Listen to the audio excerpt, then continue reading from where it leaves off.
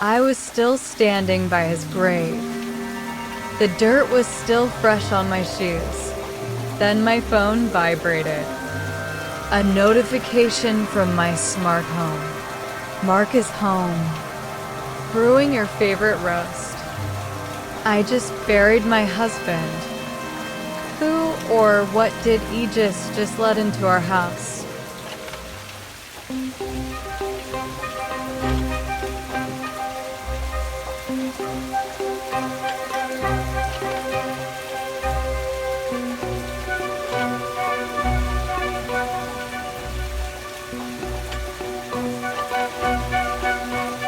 They say the hardest part of a funeral is the first handful of dirt.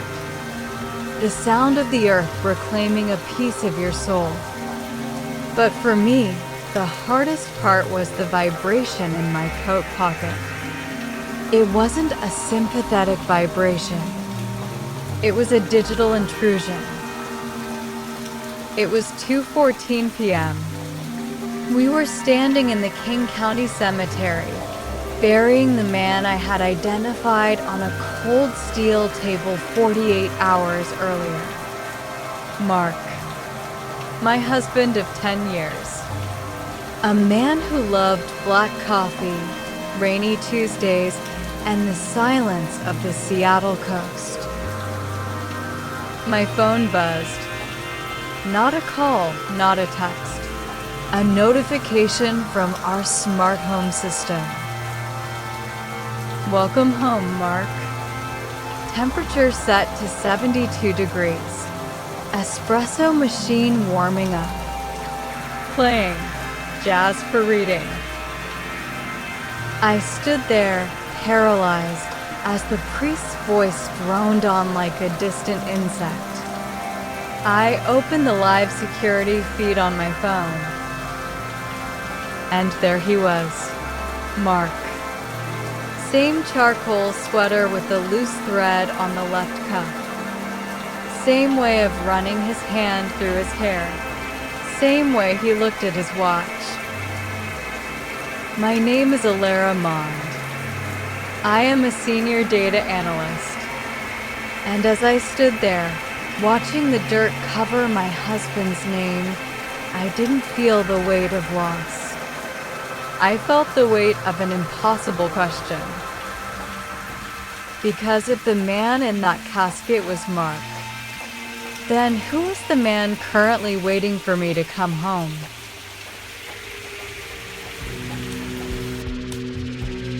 To understand the horror of that notification, you have to understand Tuesday. Tuesday was the day the world stopped making sense. Detective Riggs had called me at 4 a.m. His voice was a rasp of nicotine and forced empathy. Alara, there's been an accident on the Aurora Bridge. A high-speed collision. The vehicle is registered to your husband. I don't remember the drive to the morgue. I only remember the smell of room 4. Ozone, industrial lavender, and that peculiar, sweet scent of cold plastic.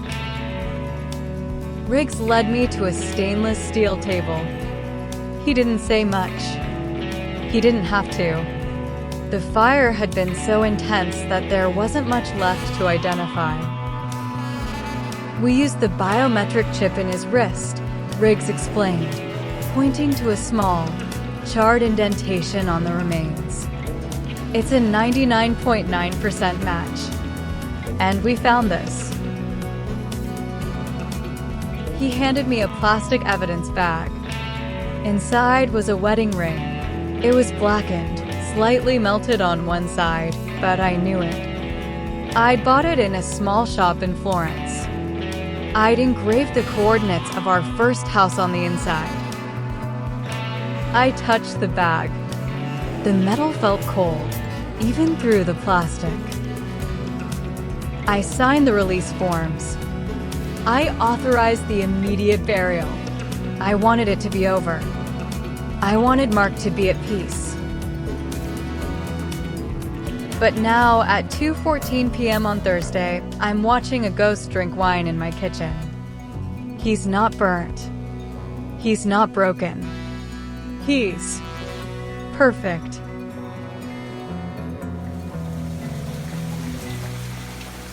I didn't wait for the dirt to finish falling. I turned my back on the mourners, Mark's colleagues, his sisters, the priest, and I ran. My heels sank into the wet cemetery grass, but I didn't care. I got into my car and slammed the door, locking out the sound of the rain. I'm a senior data analyst for Apex Defense. My entire life is built on the premise that systems have flaws, but data is absolute. I opened my laptop. I ignored the alerts from my boss. I bypassed the triple-factor encryption on our joint wealth management account. I needed to see where the money was going. Mark was a venture capitalist. He invested in things that sounded like science fiction, Neuralink interfaces, synthetic biology, continuity solutions. I found a recurring payment, $60,000 every month. It was hidden behind a shell company called Loom and Weaver, registered in Delaware. But the routing number led back to a single source, Aegis Biosystems. Their slogan flashed on my screen: "Continuity is the new immortality." I used my admin clearance to ghost into their private servers. I didn't find bank statements. I found a biological lease agreement. In 2026, the elite don't trust the afterlife. They trust redundancy. For $60,000 a month, Aegis maintains a Blink, a biological body grown in a nutrient vat from the client's own stem cells. It's a mindless vessel kept in a state of neurosuspension. A high-frequency neural link in the client's brain buffers their consciousness in real time. Every 60 seconds, your memories, your voice, the way you laugh, it's all uploaded to the Aegis cloud. If the primary unit is terminated, the Blink is activated. The data is downloaded. You wake up in a private clinic, you're told you had a mild incident, and you go back to your life. But there was a timestamp error in Mark's file. The termination signal from the bridge accident had been delayed by a massive server lag in Seattle. The system had already triggered the activation of Mark 2.1 before the original body had even reached the morgue.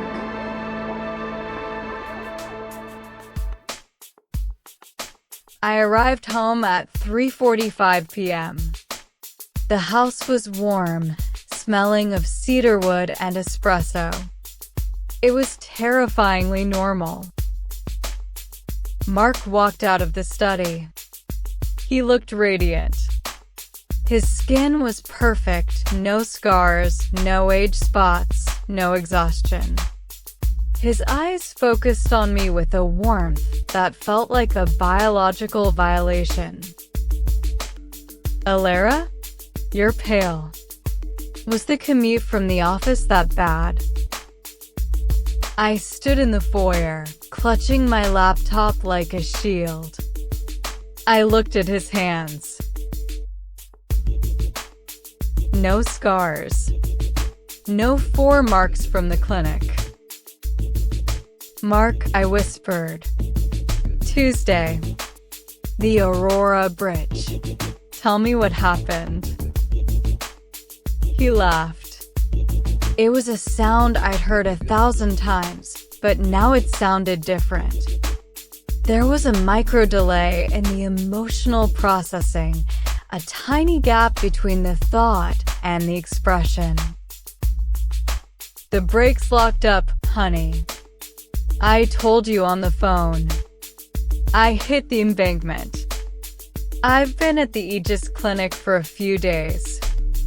They said I had a mild concussion, but I'm fine now. Better than fine." I showed him the photo on my tablet. The casket being lowered into the ground. The dirt. The rain. He didn't blink. He didn't cry. His expression didn't even shift into confusion. His pupils dilated to a fixed, diagnostic width. "The system is never wrong, Alara," he said. His voice had lost its human inflection. It was flat, resonant. "If there is a man in a box, he is a legacy file. He is an error. And we have to delete the error." I realized then that I wasn't talking to my husband. I was talking to a customer support interface made of flesh and bone. Mark wasn't back. Mark was just being replayed.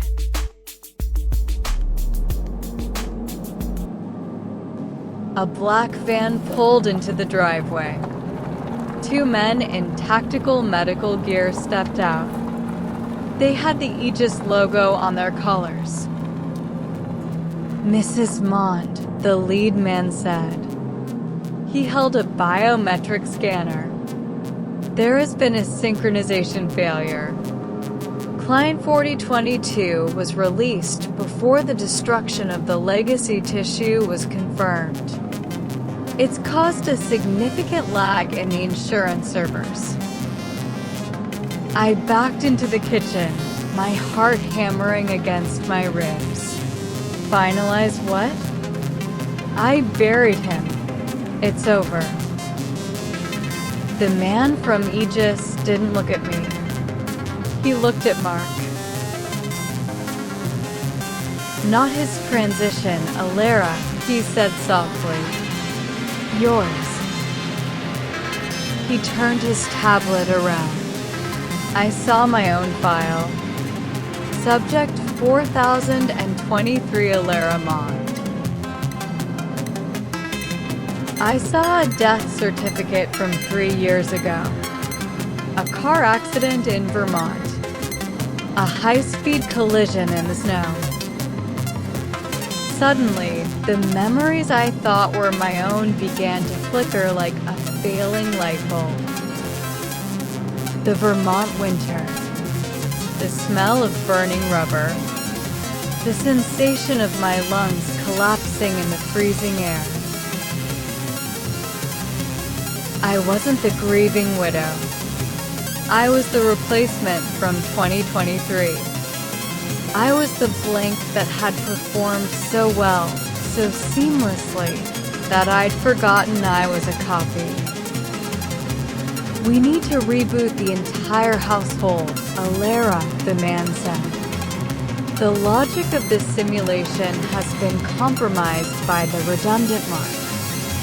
We'll re-upload your memories. You won't remember the cemetery. You'll wake up tomorrow and Mark will be home and everything will be synchronized." I felt a sharp, cold vibration at the base of my skull. My neural link. Initializing synchronization, a voice whispered in my mind. I looked at my hands. They were trembling. Then they stopped. My pulse settled to a perfect, rhythmic 60 beats per minute. I looked at the man from Aegis and I realized I didn't want to be real. I wanted to be perfect.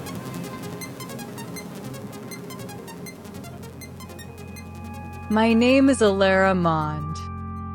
At least, it was when I woke up this morning. I am in a new house, in a different city. Mark is making breakfast. He looks perfect. He's telling me about a dream he had, something about a bridge and a fire, but he laughs it off. I found a small, charred object in the back of a drawer today. A wedding ring, melted on one side. I don't remember where it came from. The system says I never lost it. But sometimes, closing my eyes, I see the Seattle cemetery. I feel the cold dirt on my hands. And then, a notification pops up in my vision. Update required. Please remain calm while we optimize your memory. Check your smart home logs, friends. Check your marriage contracts. Are you the first person to live your life? Or are you just the latest update? My name was Alara Mond.